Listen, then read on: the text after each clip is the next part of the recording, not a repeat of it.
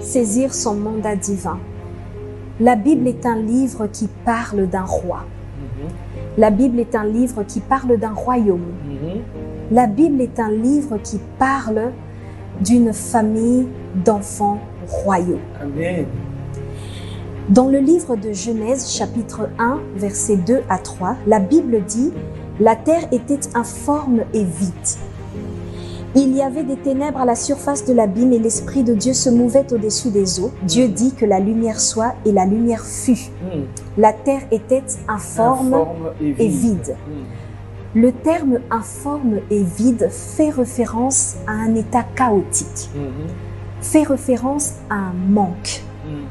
Et donc, tous ces détails sont des mobiles de Dieu à la création de l'homme. Dieu va ensuite s'exprimer en ce terme dans le livre toujours de Genèse, chapitre 2, versets 4-6. « Lorsque l'Éternel Dieu fit une terre et des cieux, aucun arbuste des champs n'était encore sur la terre et aucune herbe des champs ne germait encore, car l'Éternel Dieu n'avait pas fait pleuvoir sur la terre et il n'y avait point d'homme pour cultiver le sol. » Ce verset est merveilleux parce qu'il nous enseigne un principe vital qui est celui-ci.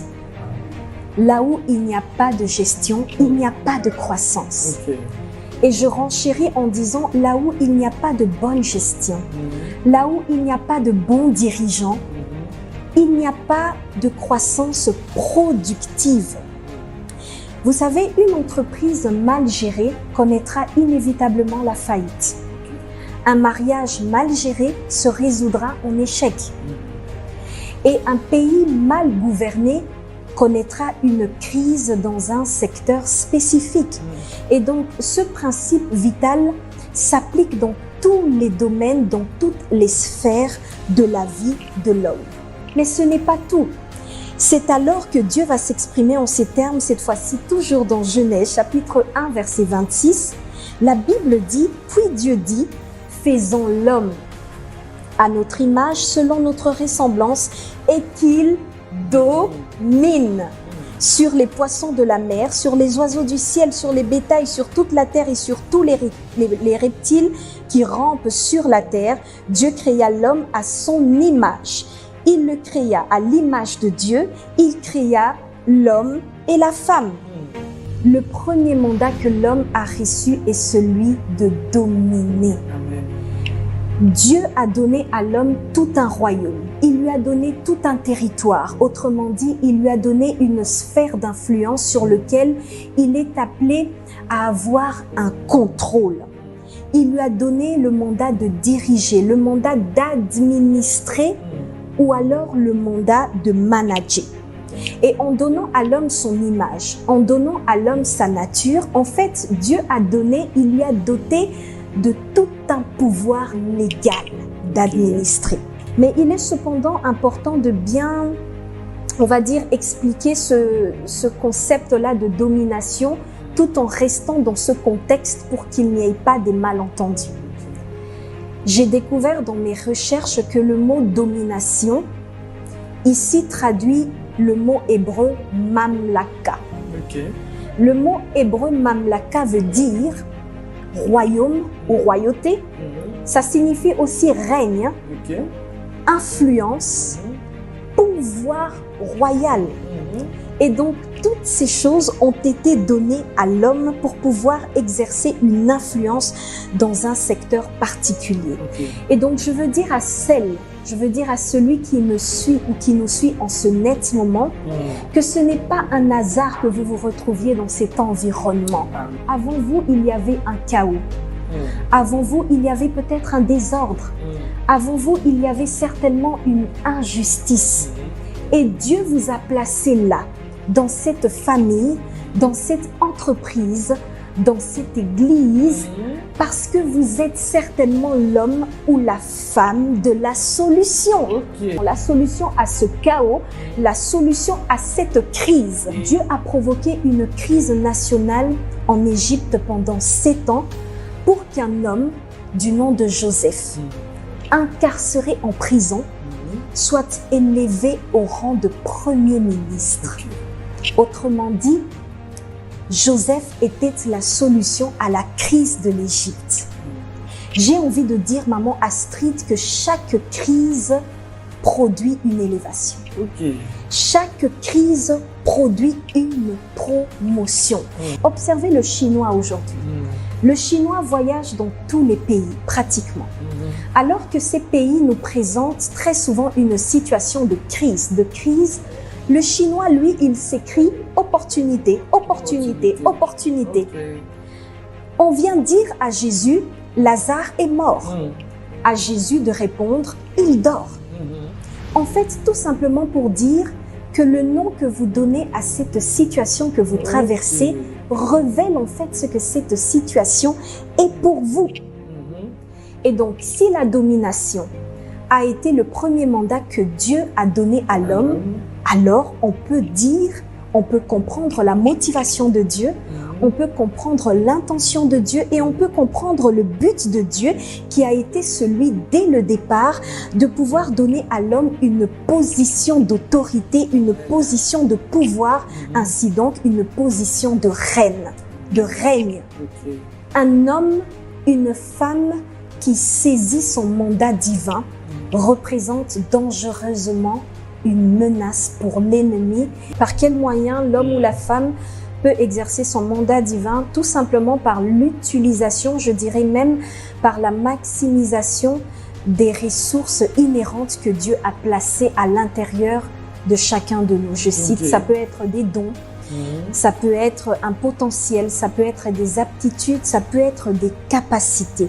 Mais le problème ici, maman Astrid, c'est que plusieurs personnes s'imaginent ou se disent que je ne peux pas exercer mon mandat parce que j'estime que ce que Dieu a placé à l'intérieur de moi est petit. Ce que Dieu a placé à l'intérieur de moi est insignifiant. Ce n'est pas suffisant. Il n'y a rien que Dieu fasse qui ne soit petit. Tout ce que Dieu a fait a été conçu pour le succès. Amen. Voilà que Dieu rencontre Moïse au buisson ardent. Dieu ne lui demande pas autre chose que ce que Moïse a déjà entre les mains. Et donc Dieu va poser à Moïse la question de savoir qu'as-tu entre les mains? À Moïse de répondre, j'ai un bâton. Mais observez la suite. C'est ce bâton qui a permis à Dieu d'accomplir des prodiges qui ont sorti les enfants d'Israël de l'Égypte. On voit, il y a d'autres personnes, maman Mireille, qui n'arrivent pas à exercer leur mandat. Qu'est-ce qui leur manque en fait pour se mettre dans cet état? La Bible dit « Mon peuple périt par faute de connaissance ». Mais je pense que la deuxième raison aussi s'explique par le fait que plusieurs encore vivent avec une mentalité d'esclave. Dans le jardin d'Éden, Adam a fait mauvais usage de son mandat. Dieu lui a donné le mandat de pouvoir justement dominer. Alors, en adoptant cette attitude justement de rébellion, eh bien, ce pouvoir lui a été retiré. Son règne lui a été usurpé par un ange déchu qui pourtant n'avait aucune autorité légale justement de prendre ce qui appartenait. Résultat, l'homme est devenu depuis esclave de son propre domaine d'influence. Avec une mentalité d'esclave, on devient esclave. Qui est-ce qui vous a arraché ce domaine d'influence? Qui est-ce qui exerce une autorité dans votre sphère de leadership? Quelle est cette partie de votre vie chaotique qui vous domine?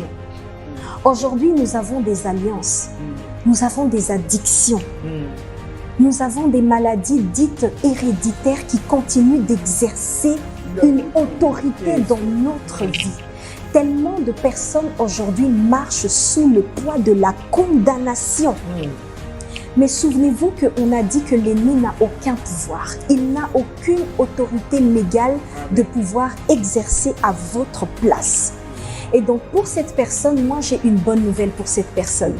La bonne nouvelle, c'est que le sacrifice ultime sur la croix du calvaire est venu restaurer, rétablir votre position d'autorité et donc restaurer la royauté que l'homme avait perdue depuis le jardin d'Éden.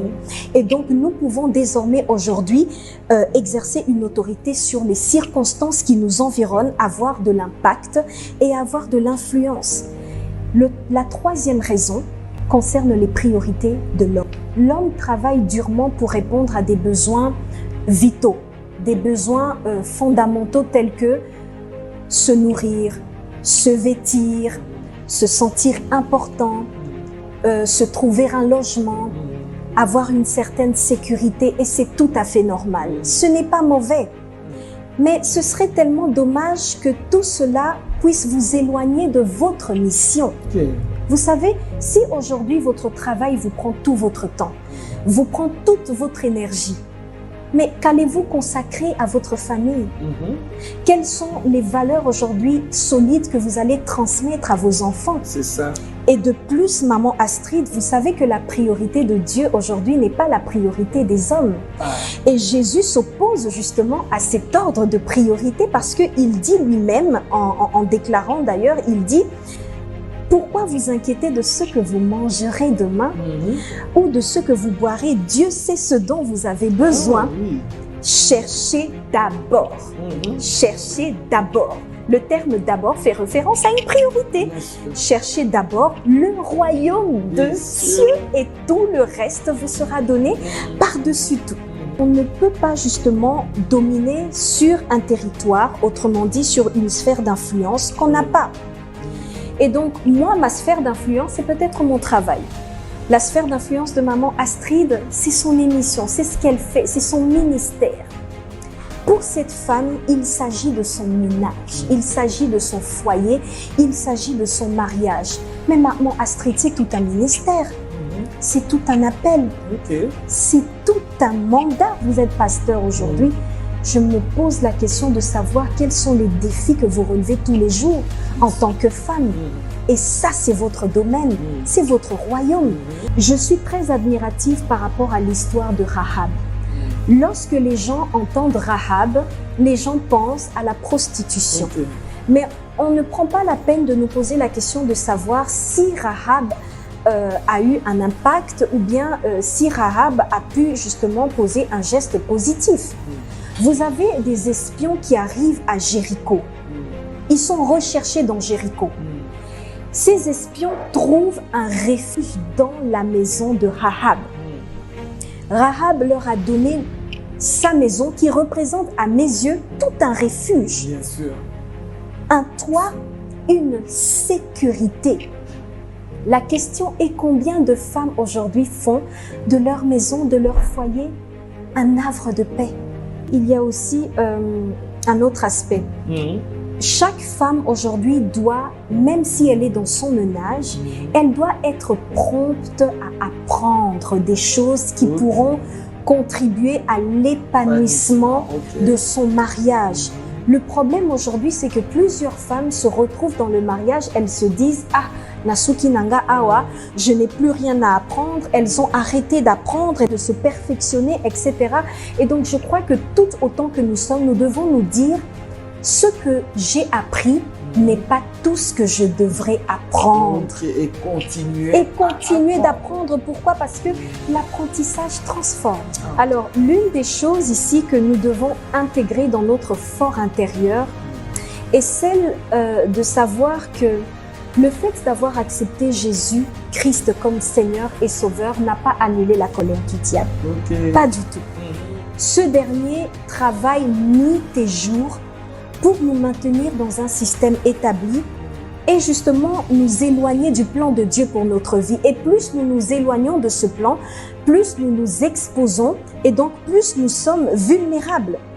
Et donc si même dans l'Éden, là où la présence de Dieu était manifeste, le serpent a pu s'immiscer, rien ne l'empêchera de venir s'aimer la zizanie dans votre vie. Deuxièmement, lorsque les combats deviennent plus intenses, plus forts, comment nous, à notre niveau, nous développons notre système de défense? Voilà. Pourquoi rester ordinaire lorsque les combats sont intenses? alors nous ne devons pas rester petits. Nous ne devons pas rester au même niveau, à cette même dimension spirituelle. Le combat intervient justement dans notre vie pour nous permettre de nous élever spirituellement afin de dominer, afin d'avoir le contrôle sur ce combat et donc de prendre le dessus. À un moment donné de la vie commence le reste de la vie. Alors que vous suivez cette émission et que Dieu vous touche au travers de tout ce qui a été dit ici, ce n'est pas un hasard. C'est parce qu'il y a quelque part un domaine, un royaume qui vous a été donné par Dieu que vous devez absolument saisir. Ce mandat que vous avez saisi, je ne sais pas où est-ce que vous vous trouvez, dans quel environnement vous vous trouvez, mais je veux rappeler encore une fois que vous êtes la femme, vous êtes l'homme de la solution.